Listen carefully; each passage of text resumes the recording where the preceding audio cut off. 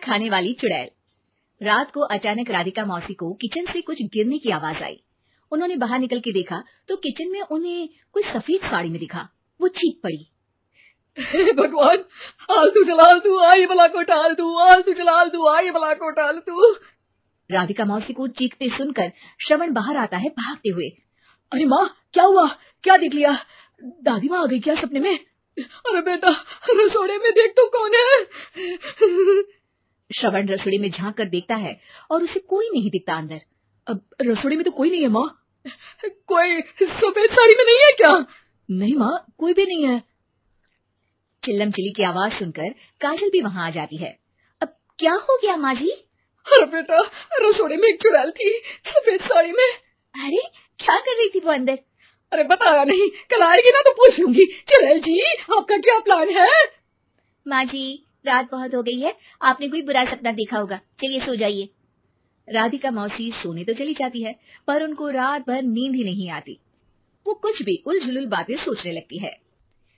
कहीं चुड़ैल की वजह से तो घर में टेंशन नहीं हो रहा, कहीं उसी की वजह से तो वो दादी नहीं बन पा रही।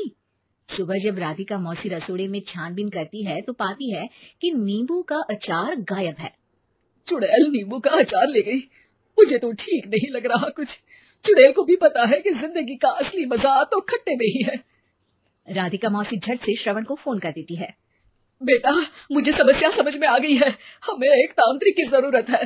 अरे क्या बोल रही हो माँ, तांत्रिक की क्या जरूरत है? आप पूजा पाठ तो कर ही रही हो ना। आलतू जलालतू मंत्र सारे फालतू जैसे कुछ मंत्र पढ़ो, चली जाएगी अपने आप चुड़ैल। अरे नहीं बेटा, कभी चुड़ैल को कम नहीं समझते। अरे तुझे पता भी नहीं चलेगा कि कभी वो छल करके काजल की जगह घर की बहू खुद बन जाएगी। क्या माँ, कुछ भी बोल रही हो? कहाँ काजल और कहाँ चुड़ैल? वैसे एक बात बताओ, काजल को अगर गाने के लिए बोल देना तो चुड़ैल काजल की आवाज सुनकर घर तो क्या धरती लोग छोड़कर चली जाएगी। तुम ना पढ़े लिखे बच्चे हर चीज को मजाक समझते हो। तुम रहने दो, मैं खुद ही तांत्रिक को बुला लेती हूँ। अच्छा सुन, शाम को इमली लेके आना। क्या है कि चटनी खाए बहुत दिन हो गए है ना? नहीं माँ, इमली तांत्रिक से ही मंगवा लो ना, आटा वगैरह भी उसी से पिसवा लेना। देखो मुझे काम करना है। श्रवण रात को कई तरह की सब्जियों के साथ माँ के कहने पे चटनी के लिए इमली भी ले आया था, लेकिन राधिका मौसी के दिमाग में अलग ही फिल्म चल रही थी। उन्हें अब सिर्फ शक ही नहीं यकीन होने लगा था कि शायद चुड़ैल ने श्रवण पर अपना जाल बिछा दिया था, जिस वजह से श्रवण उनकी बात ही नहीं मान रहा था। पर कोई नहीं, आने वाली रात में राधिका मौसी खुद तैयार हो गई चुड़ैल को पकड़ने के लिए। रुद्राक्ष की माला, तुलसी का पत्ता, हनुमान चालीसा सब हाथ के पास ही था, बस चुड़ैल का इंतजार था। और जैसा राधिका मौसी ने सोचा था वैसा ही हुआ। वो चुड़ैल उस रात भी आई, पर वो राधिका मौसी से तेज निकली और राधिका मौसी के उससे पकड़ने के पहले ही वो भाग खड़ी हुई। जरूर बहू पेश आया है उस चुड़ैल का, तभी तो श्रवण के कमरे में गई है। और अगली सुबह राधिका मौसी पिछली रात हुए हमले में किन चीजों का नुकसान हुआ उसका हिसाब लगा रही थी। उनके खेमे से एक आम के अचार की शीशी भी गायब हो चुकी थी और वो इमली भी जो कल श्रवण लेकर आया था। राधिका मौसी इस बारे में सोच ही रही थी कि श्रवण जल्दी से रसोड़े में आकर दवाइयों की पोटली ढूंढने लगता है। अरे बेटा, क्या हो गया? अब माँ, वो काजल की तबीयत खराब है, बहुत घबराहट हो रही है उसे। हे भगवान, मैंने पहले ही कहा था कि तांत्रिक को बुला लेते हैं, पर नहीं, अब देखो उस चुड़ैल ने काजल को अपने वश में करना शुरू भी कर दिया है।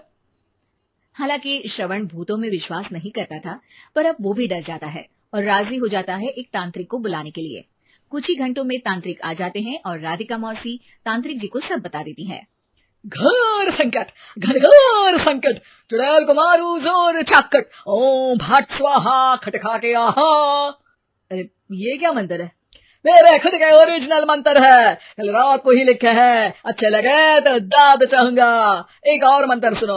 अर्ज किया है आब्राकडाब्रा, दिल्ली बम्बई आगरा, चंदा मामा सोवरले सिरन मामू जारा। ये मंत्र है? अरे कोई चालीसा वालीसा पढ़ो ना। वक्त कम है, 40 नहीं पड़ेंगे, 20-25 में काम चलाना पड़ेगा। अलग निरंजन जाके लंदन, मुफ्त का मंजान घिस मेरे नंदन। अरे जल्दी करो तांत्रिक जी, जल्दी करो। तांत्रिक अपने उल-झलूल मंत्र पढ़ने लगता है। श्रवण को तांत्रिक पे शक होता है। वो अपने एक डॉक्टर दोस्त को कॉल कर देता है ताकि कोई अनहोनी हो तो इमरजेंसी में चीजें मैनेज हो जाए। तांत्रिक धुनी रमाता है, जिसकी वजह से कमरे में काफी धुआं हो जाता है और जिसकी वजह से बहू की घबराहट बढ़ जाती है। अब भागेगी चुड़ैल। हाँ। बहू खांसते हुए धुएं से बचने के लिए बाहर चली जाती है। अरे भाग रही है, भाग रही है। पीछे पीछे श्रवण भी जाता है। बहू एक सोफे पर बैठ जाती है। तभी डॉक्टर दोस्त आ जाते हैं और श्रवण को पानी लाने के लिए कहते हैं।